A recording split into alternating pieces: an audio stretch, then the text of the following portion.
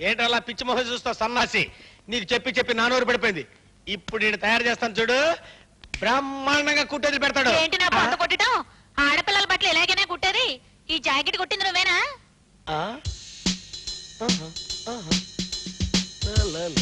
టింగ్ టింగ్ టింగ్ టింగ్.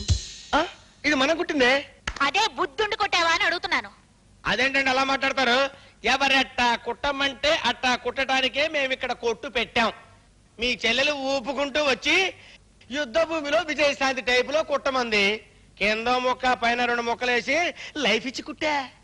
అవునక్క, నేనే కొట్టమన్నాను. నన్ను ఆరుమయ్యవే. ఏదో తెలుసో తెలియకో చిన్నపిల్ల కొట్టమంది అనుకో.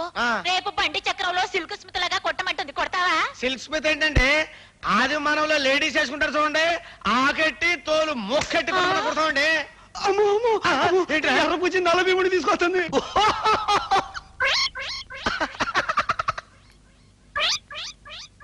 వీడేనా? వీడే. నీకు ఆవుందా? గేదుందా? దున్నుందా? లేదండి. ఎద్దుందా? లేదండి. ఆబోతుందా? లేదు బాబోయ్. గడ్డి తినే అలవాటు ఉందా? లేదండి. మరెందుకు కొంటున్నావు గడ్డి?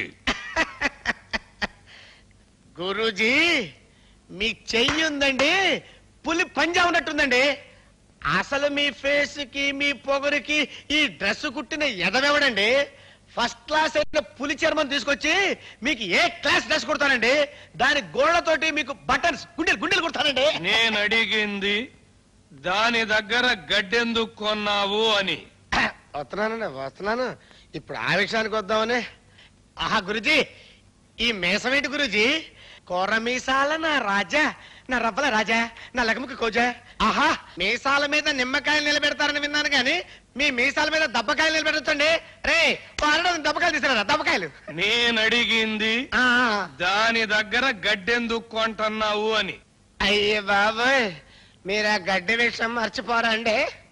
మర్చిపోతాను, కానీ నువ్వు ఇలాంటి చండాలు పనులు చేయడం మర్చిపోకపోతే ఇక్కడ నీ కొట్టు ఉండదు, కుట్టు మిషను ఉండదు.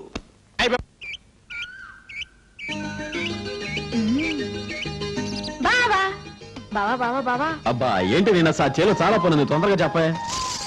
అమ్మో, నీ ఎద్దు కూడా నీలాగే బాగా బలిసింది. బలిసింది నాకు కాదులే, నీకు. అది సరే, మోచేత్తో కొబ్బరికాయ కొడతావటగా నువ్వు. అనుమానమా? ఇందా కొట్టు చూద్దాం.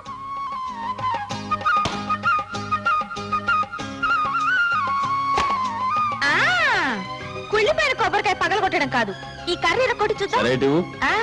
నేను పట్టుకుంటా, నువ్వు కొట్టాలి. సరే.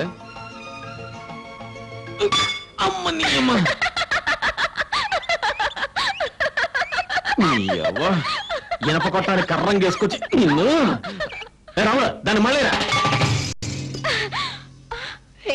రాకు, రావద్దు, వద్దు.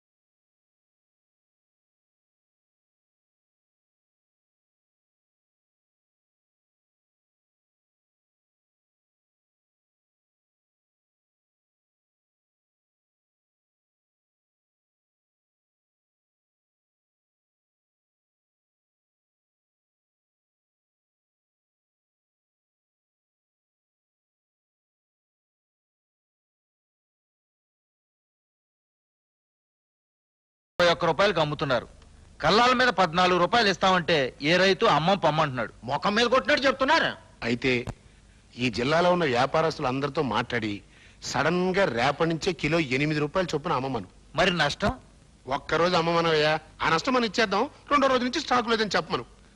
ఆ దెబ్బతో రైతులు బేజారెత్తిపోయి మొత్తం అమ్మేస్తారు.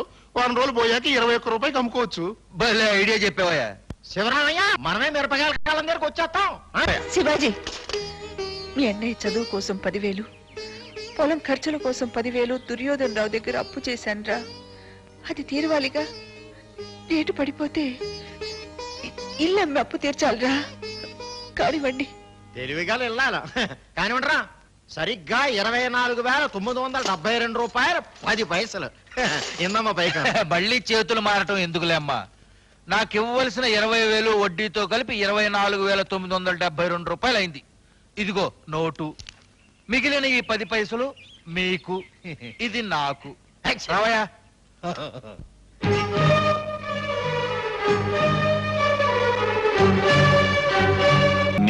Many happy returns of the day. Thank you. ఏంట్రా, నా కూతురు బర్త్డే రోజున నా దొడ్డో పూసిన పువ్వే కోసుకొచ్చి హ్యాపీ బర్త్డే టు యూ అంటావా? సిగ్గులేదు.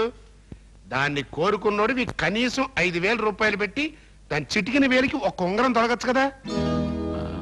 ఇప్పుడే మా ఊరెళ్ళి తీసుకొస్తాను మావయ్య. ఏంటి, నా కూతురికి 5,000 రూపాయలు పెట్టి ఉంగరం కొంటానని చెప్పి మీ అమ్మ దగ్గర డబ్బులు తీసుకొస్తావా? నిన్నే మిరపకాయలు అమ్మారంట. ఇంట్లో డబ్బు ఉండే ఉంటుందిలే. సరే, ట్రై చెయ్యి. కానీ సూర్యుడు అస్తమించే లోపు తీసుకురావాలి. తెస్తాను మావయ్య. ఇప్పటికిప్పుడు 5,000 రూపాయలు తెమ్మంటే ఎలా? మిరపకాయలు అమ్మారుగా. అమ్మిన డబ్బు 10,000 నీ చదువు కోసం చేసిన అప్పుకి, 10,000 పొలం కోసం చేసిన అప్పుకి, మిగతాది వడ్డీకి సరిపోయింది. నేను మిమ్మల్ని లెక్కలు అడగలేదు, డబ్బు అడిగాను. లేదని చెప్తున్నానుగా. చదువు ఆపేయమంటావా? నా కొడుకు కలెక్టర్ కాబోతున్నాడు, నువ్వు ఊరంతా డబ్బేశావు. ఇప్పుడు అది మానేసామంటావా? అదేంట్రా అట్ట మాట్లాడతావు? అక్కడికి మీ అమ్మ తమ్ముడు గొడ్డు చాకరీ చేసి ఆ గొడ్డునే అమ్మేమను. అంటే ఎడ్లు బండి అమ్మేస్తే 5,000 వస్తాయిగా. అమ్మేస్తే నీ తమ్ముడు ఒక్కాడి నువ్వు ఒక్కాడి మెడ మీద వేసుకుని అరక దున్నుతారా? కమలా, చిన్నపిల్లైనా అది న్యాయమే చెప్పిందిరా. మన కుటుంబం ఆధారపడింది వ్యవసాయం మీద, వ్యవసాయం ఆధారపడింది కాడి జోడు ఎద్దుల మీద. అది అమ్మేసి ఏం చేద్దామని? ఏమో నాకు తెలీదు. అవమానంతో బతికే కంటే ఆత్మహత్య చేసుకోవడం మంచిదనుకుంటే నీకు కనిపించేది కలెక్టర్ కొడుకు కాదు, శవమైన కొడుకు. ఇంత చిన్న విషయానికి అంత మాట ఎందుకులేరా అన్నయ్య? ఎడ్లు బండి అమ్మేస్తాను. పండిన పంట చేలో దోపిడీకి గురవుతూ ఉంటే దోచుకునేవాడిని దళారి అని పిలుస్తారు. తమ్ముడు శ్రమను నువ్వు దోచుకుంటూ ఉంటే నిన్నేమని పిలవాలిరా?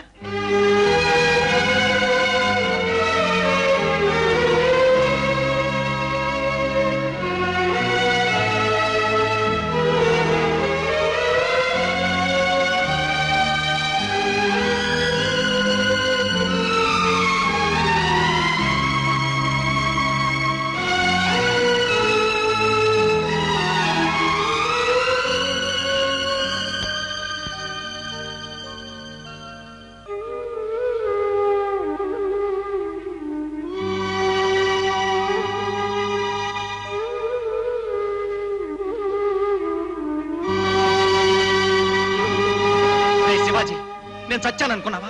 ఏమిట్రా ఇది? నీకున్నది ఒక జత ఎడ్లే కదా అన్నయ్య. చేను అదను తప్పితే ఎలా? దుక్కి దున్నాలిగా. అది కాదమ్మా. పర్వాలేదులే మావయ్య, అరిగిపోయేది భుజమేగా. భలేవాడివే. రోజుకింత చొప్పున అరిగిపోతుంటే పెళ్లి రోజు వచ్చేసరికి నాకేం మిగులుతుంది? అంతా నా దగ్గరికే ఖర్చు అయిపోతావు. పోనీలేవే, నీ కాబోయే మోడికి కష్టం లేకుండా నేనే దున్నుతాను, సరేనా? అసలు ఎందుకత్తయ్యా భూమి తనఖా పెట్టి బ్యాంక్ లో లోన్ తెచ్చుకోవచ్చు కదా. వచ్చే 7 పంట రాగానే అప్పు తీర్చేయచ్చు. నిజమేనేవు, దీనికి వచ్చిన ఆలోచన నాకు రాలేదు. అందుకే నన్ను వెంటనే పెళ్లి చేసుకుంటే నా బాడీలో కరెంట్ నీ బాడీలోకి పాస్ అవుతుంది. అప్పుడు నా లైన్ లోకి వస్తావు. వెంటనే బయలుదేరు బ్యాంకుకి. నాకేలు ముద్ర పెట్టాల్సిన అవసరం ఏంటండి? 6వ క్లాస్ చదివా, సంతకం పెడతా. ఇదెక్కడ కూడా అయ్యా? మీ ఊళ్ళో అందరూ కలిసి 10 లక్షల రూపాయల దాకా లోన్ తీసుకున్నారు. అవి అబద్ధాలేనా? అబద్ధమే. వాళ్ళంతా రైతులు కాదు, రైతు కూలీలు. అసలు వాళ్ళకి పొలమే లేదే ఇంత రుణం ఎలా మంజూరు చేశారు? My God. సుబ్బారావు సార్, రేపు మీరు వీళ్ళ ఊరు వెళ్ళి ఈ కేసు గురించి ఎంక్వైరీ చేయండి. ఇంకా చేసేదే ఉందండి. అంతా భోషాణంలో తొక్కేసి ఉంటారు బాబు. వాళ్ళ బతుకు టౌకే.